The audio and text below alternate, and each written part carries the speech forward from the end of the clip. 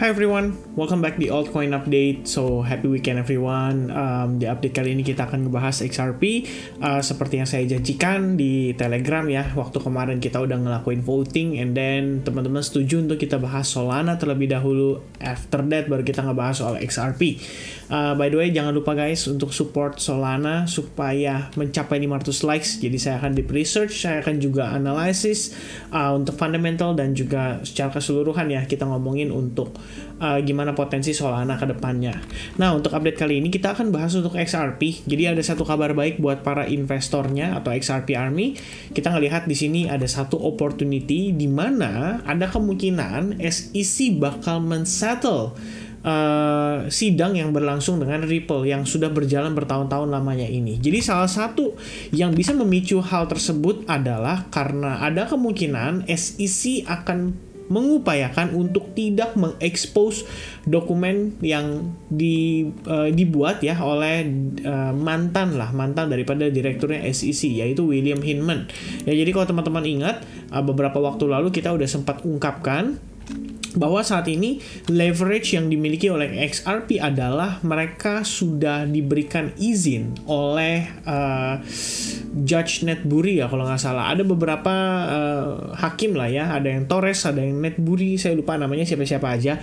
But in the end mereka udah ngasih keputusan bahwa sebenarnya dipersilahkan untuk menunjukkan dokumen yang disampaikan oleh William Hinman ini. Dalam artian dokumennya itu dalam bentuk speech ya yang disampaikan oleh William Hinman pada tahun 2018 di mana dia mendeklar bahwa Ethereum itu bukanlah security karena seperti Bitcoin itu adalah sufficiently decentralized. Nah, sebetulnya dari statement ini kalau misalkan memang dokumennya betul-betul diungkap, ini bakal membuat SEC itu benar-benar udah kalah total sama yang namanya market crypto. Dia udah nggak akan bisa nunjuk siapapun bahwa ini securities, ini securities, ini securities. Karena pada saat itu, 2018, Ethereum itu melakukan ICO. Ya, jadi ada initial coins offering. Saya lupa di tahun berapa, tapi yang pasti setelah itu, barulah ada statement dari William Hinman ini yang menyatakan bahwa Ethereum bukanlah securities. Jadi istilahnya, ICO sudah berjalan, and then William Hinman bilang Ethereum bukan securities, even sudah ada ICO-nya. Jadi ibaratnya kedepannya kripto itu boleh aja dia ngejalanin ICO karena apapun yang menjalankan ICO saat ini ibaratnya company manapun itu berarti bukanlah securities. Kalau seandainya dokumen atau videonya si William Hinman ini akhirnya diekspos. Nah, ini yang saat ini sedang dipertahankan oleh SEC sehingga sebisa mungkin mereka nggak mau tuh di-open ke publik ya. Jadi kalau misalkan demikian ya mungkin SEC memang harus mengalah, toh judges-nya atau hakimnya itu sudah memberikan ini ya istilah izin untuk diungkap di publik gitu. Dan akhirnya kalau misalnya SEC lebih memilih untuk mengalah, ya udah deh gua nggak akan ungkap statementnya William Hinman, tapi kasus ini gua anggap selesai. Nah, itu berarti in the end finish with XRP wins ya istilahnya. Kita bisa ngelihat ke depannya harapannya seperti itu. Jadi kalau untuk saat ini mungkin ini adalah satu buah kemungkinan yang mungkin kita bisa consider sebagai kemungkinan yang cukup positif untuk XRP. Oke. Nah, sekarang kita cek untuk XRP-nya. Jadi kalau misalkan based on data tadi, mungkin buat investor XRP Army ini kita udah semakin dekat dengan kemenangan ya. Harapannya seperti itu. Nah, sekarang buat sisi teman-teman yang trading, kita ngelihat XRP setelahnya ya itu mengalami penguatan lumayan signifikan dan reclaim angka $0.4. Jadi 0.4 yang sebelumnya kita sempat note ke teman-teman pada video XRP terakhir itu sudah berhasil di break, sudah berhasil sempat di reclaim, but then sekarang posisi kita kembali tertekan ya. Jadi kalau kita lihat ini seandainya saya slide lebih ke samping ya, ini kalau teman-teman perhatikan ini merupakan area resistance ya dari support level sebelumnya. Jadi memang sewajarnya kita mendapati rejection di sana. Well, at least kita bisa anggap ini adalah proses pullback-nya dia, sehingga ada proses pullback yang bisa terjadi sebelum dia akhirnya menguat kembali. Nah, satu hal yang perlu dinotis adalah kalau kita lihat posisi saat ini pergerakan XRP sehari ini tuh bisa dibilang sideways ya. Dia nggak create higher high, nggak create juga yang namanya lower low dari high level kemarin dan juga low level hari ini gitu. Jadi ini sebenarnya kalau misalnya dilihat situasi kayak gini, ya mungkin memang market akan sideways dulu ya, minimal sampai ngelewatin hari Minggu. Selebihnya kalau saya lihat pribadi, sentimennya sih harusnya cenderung positif dengan apa yang baru-baru ini terjadi. Plus, tadi siang itu sebenarnya waktu saya upload Bitcoin update, saya sempat nge-flash sedikit ya untuk chartnya XRP. Jadi yang kita lihat itu adalah XRP membentuk semacam, ya kalian bisa consider ini kayak ascending channel, atau kalian bisa bilang ini sebagai bear flag pattern, which is bukan harapannya, kita bisa bilang direction setelahnya itu adalah cenderung breakdown, dan saat ini posisi itu sudah terjadi. Jadi precisely seperti yang kita expect pada analisis untuk XRP yang kebetulan kita sempat share juga ke teman-teman yang ada di advance group pada siang hari ini. Jadi memang kita expecting XRP ada drop sekali lagi, sekaligus dropnya ini tuh untuk merupakan testing lah terhadap area demand zone-nya ini ya. Jadi kalau misalkan XRP di sini mendapatkan reaction and then kita mendapati posisi dia cenderung menguat. Misalkan kalau teman-teman saat ini ya, mungkin buat kalian yang preference-nya adalah trading based on chart pattern, mungkin kalian bisa consider bahwa oh ternyata ini ada potensi loh terbentuk yang namanya falling wedge,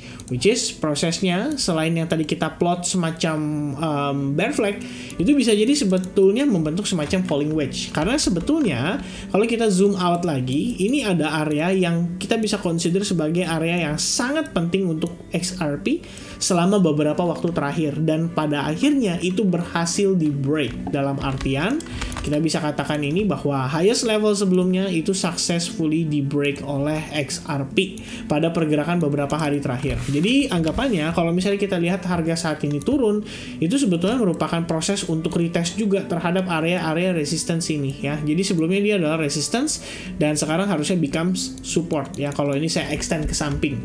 Nah selain itu, teman-teman ingat kalau misalkan di video terakhir di XRP itu kita sempat ngebahas ya bahwa ada probabilitas kita di sini ngelihat pada bigger picture-nya XRP itu membentuk semacam ascending triangle pattern.